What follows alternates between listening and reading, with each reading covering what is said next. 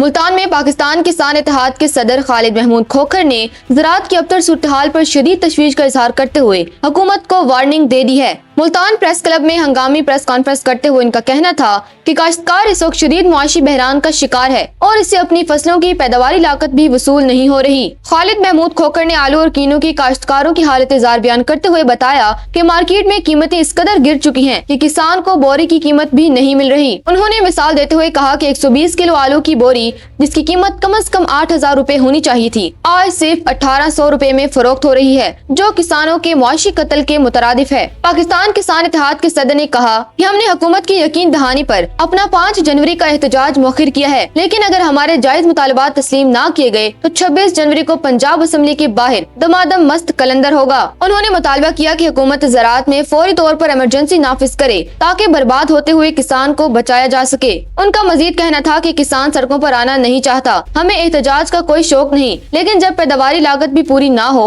तो एहतजाज के सिवा कोई रास्ता बाकी नहीं रहता। पाकिस्तान किसान इत्तेहाद के इस ऐलान ने पंजाब हुकूमत के लिए खतरे की घंटी बजा दी है। अब देखना यह है कि 26 जनवरी से पहले हुकूमत किसानों को रिलीफ देने के लिए क्या इकदाम उठाती है।